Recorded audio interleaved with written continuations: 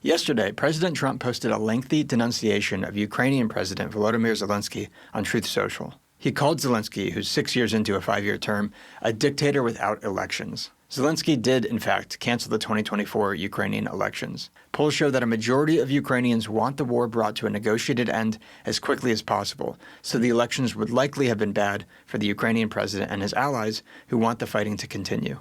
Zelensky also famously banned 11 Ukrainian political parties in 2022, backed by voters who were firmly against his position on the war and more sympathetic to the Russian perspective. Trump cited these unseemly aspects of the Ukrainian president's tenure as he highlighted the need to bring the war to an end fast. Obviously, the establishment media lost their collective minds. They're calling the statement Russian propaganda and are even trying to frame Trump's actions and rhetoric as him taking Russia's side in the war. But what makes this whole episode enlightening is that the great fear of Trump's opponents is that he'll start acting exactly like Zelensky. They're constantly voicing concern that Trump will use his power as president to go after people he disagrees with. And, on the more hysterical side, are acting afraid that Trump will stay in power after his term's up and maybe even invoke some emergency to cancel future elections. Of course, the response to this comparison always comes back to it being different because Ukraine's at war. We're told Zelensky is only doing this because it's in the best interest of the Ukrainian people. But if a government's actions during war truly lined up with the wants of the people,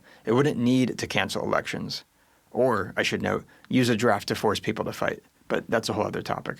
The real reason our political establishment condemns Trump for hypothetically taking the same actions that they defend Zelensky for actually carrying out is that they want Zelensky in power, while they want Trump out. Zelensky's desire to keep the Ukrainians fighting is good for the American political class.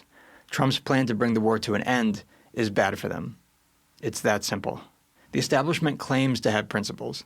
They'll say they stand for human rights, independent media, free elections, and so on. But they only ever act in accordance with those principles when it lines up with their interests.